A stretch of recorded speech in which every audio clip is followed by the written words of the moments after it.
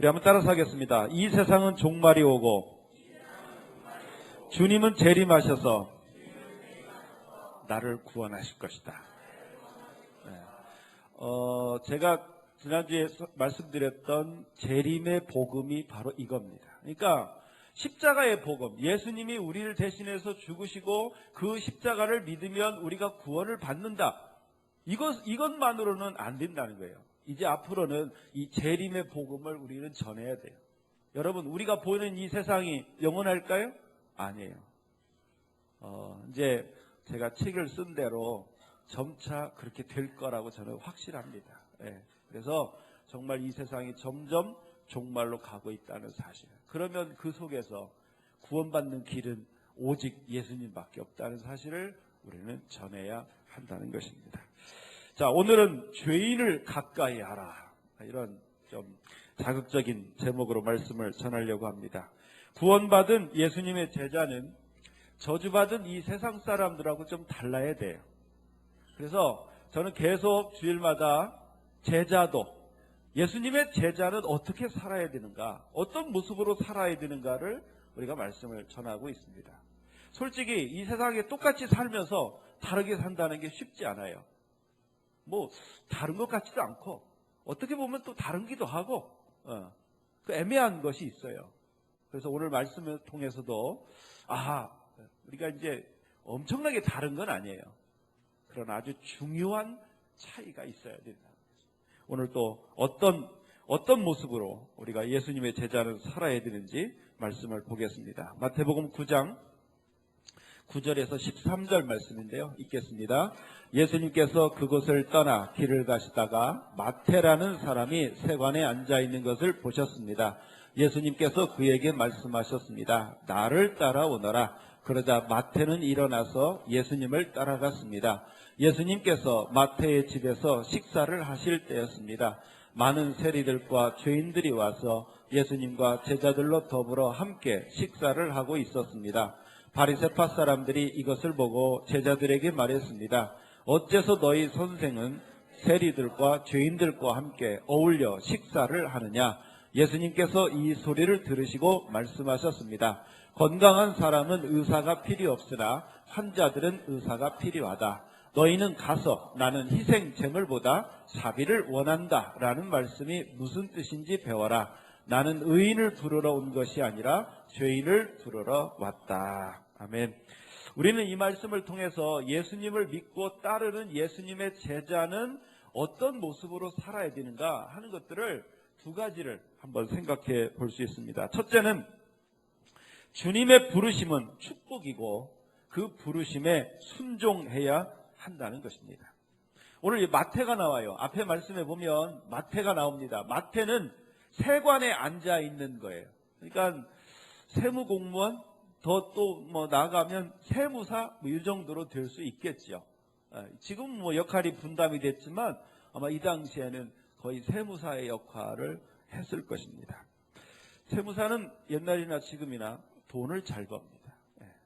돈 잘 버는 직업을 가진 마태였습니다.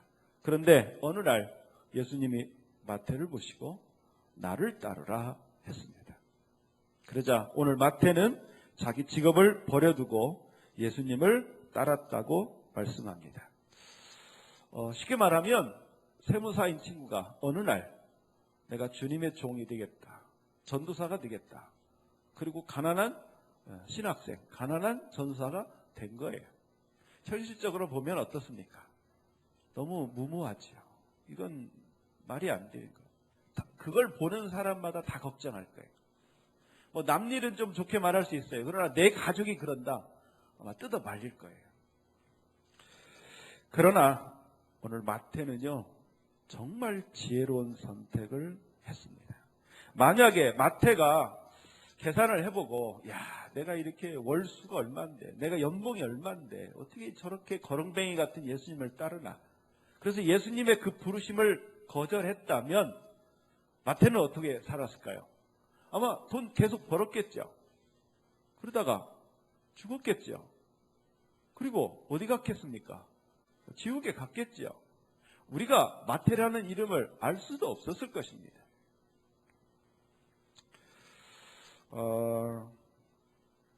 어떤 의사가 암 전문의가 그런 얘기를 합니다. 우리 한국 사람들은 암이라고 진단이 딱 나오면 달라진대요.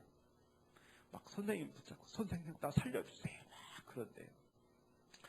그래서 왜 이렇게 살려고 그럽니까? 그러면 대답이 없대요. 뭘 위해서 그렇게 살려고 합니까? 그러면 뭐 특별한 대답이 없대요. 근데 그냥 살아야 된다는 거예요. 근데 마태는 그러지 않았어요. 마태는 예수님의 부르심을 듣고 자기 그 돈 버는 직업을 버렸습니다. 그리고 예수님을 따랐습니다.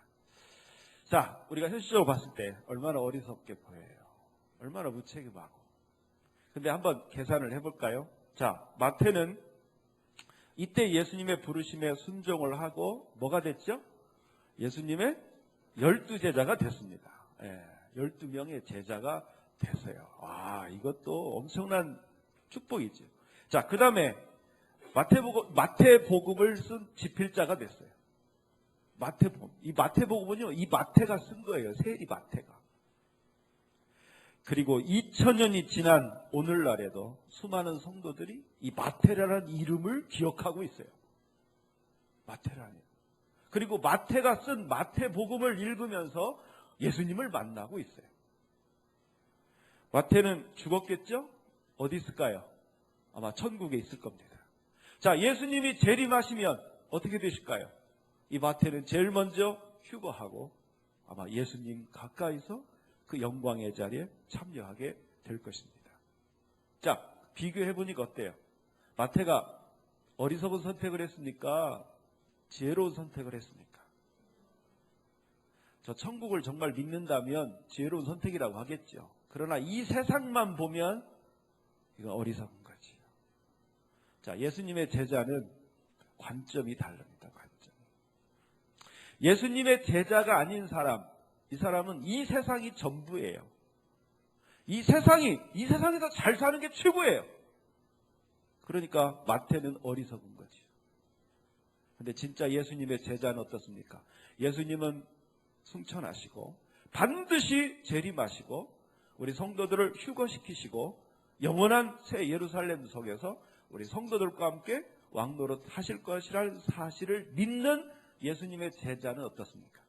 마태 그 어떤 누구보다도 지혜로운 선택을 했다는 것입니다. 이것이 이 예수님의 제자의 관점이에요. 그렇다고 여러분 직업을 포기하라는 건 아닙니다. 우리 주님이 부르심에 순종하는 게 그렇게 중요하다는 것을 지금 말씀드리고 있는 거예요. 저와 여러분도 오늘 마태처럼 이런 탁월한 선택을 하시기를 바랍니다.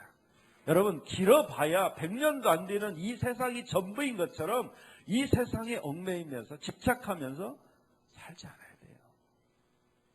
우리나라 제일 부자가 누굽니까? 이건희 씨죠. 근데 이건희 씨 지금 뭐 하고 있어요? 사경을 헤매고 있어요. 그 돈 다 뭐예요? 여러분, 이 썩어지고 멸망할 이 세상이 영원할 것처럼 여기에 너무 이 세상에 우리의 모든 것들을 올인해서는 안 된다는 것을 오늘 이 마태를 통해서 주님은 우리에게 보여주고 있어요. 그래서 우리 예수님의 제자는 이 세상에 올인하는 사람이 아니에요. 물론 이 세상에 살으니까 직업에도 충실하고 가정에도 충실해야 되죠. 그러나 우리의 정말 중심, 우선순위는 이 세상이 아니라 영원한 천국에 가 있어야 된다. 하나님의 나라에 가 있어야 된다는 거예요. 오늘 마태가 우리에게 그걸 보여주는 거예요. 그리고 예수님이 오늘 마태를 우리에게 보여주는 이유는 뭐냐? 너도 마태처럼 살아라. 가정을 포기하고 직업을 포기하라는 게 아니에요. 우리의 마음의 중심이 정말 이렇게 주님께 우선순위를 드려야 된다는 것이죠. 실제로 이렇게 사는 사람들이 많습니다. 그 중에 대표적인 사람을 제가 여러분께 소개해 드리려고 합니다. 우리 영상 한번 보겠습니다. 한 100년 전 사람이에요. 근데 옛날에만 이런 게 아니에요. 오늘날에도 실제로 이렇게 사는 사람이 많이 있어요. 그 중에 한 사람을 또 소개하는데, 여러분 미국의 메이저리그 야구 아시죠? 최고의 선수가 누군지 아십니까? 네, 커쇼. 네, 한번 볼까요? 또 누군지. 지금 보니 두 사람을 위해서 박수 한번 칠까요?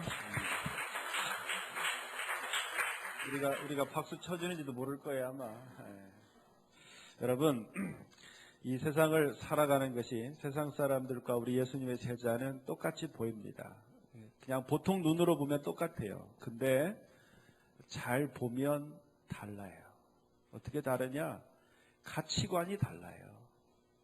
이 가치를, 이 세상에, 온통 이 세상에만 가치를 두는 사람과 진짜 중요한 가치를 하나님께 두는 사람, 저 세상, 천국에 두는 사람은 달라요.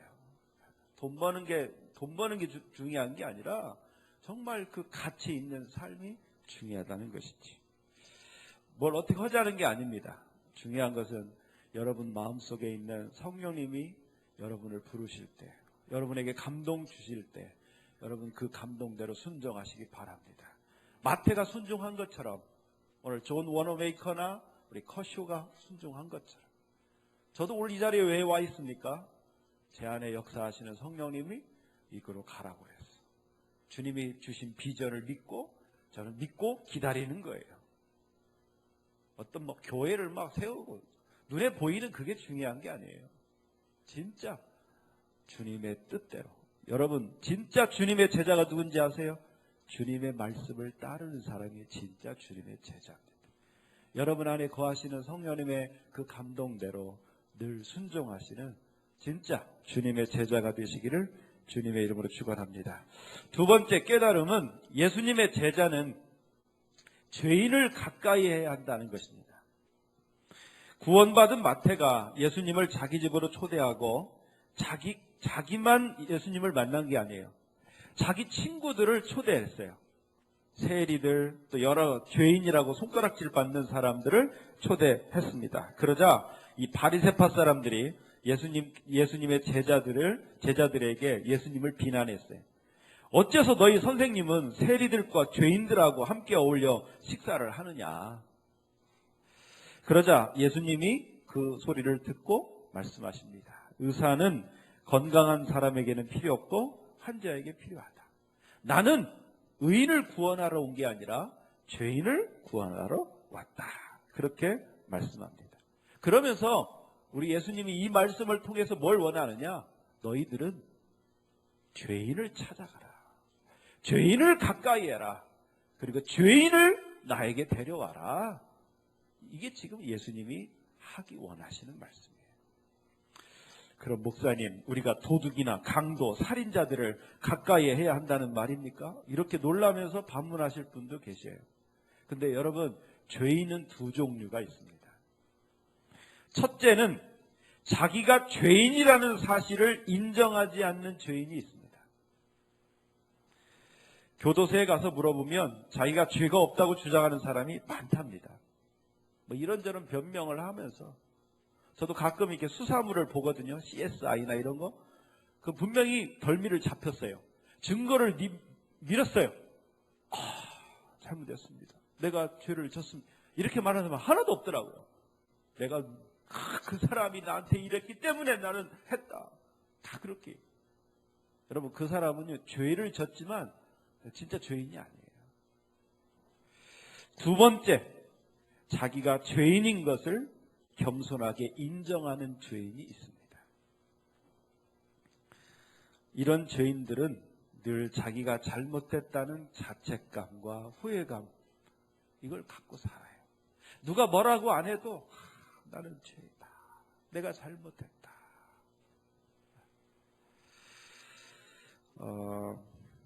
예수님이 말씀하신 죄인은요, 첫 번째, 자기 죄를 인정하지 않는 죄인이 아니에요.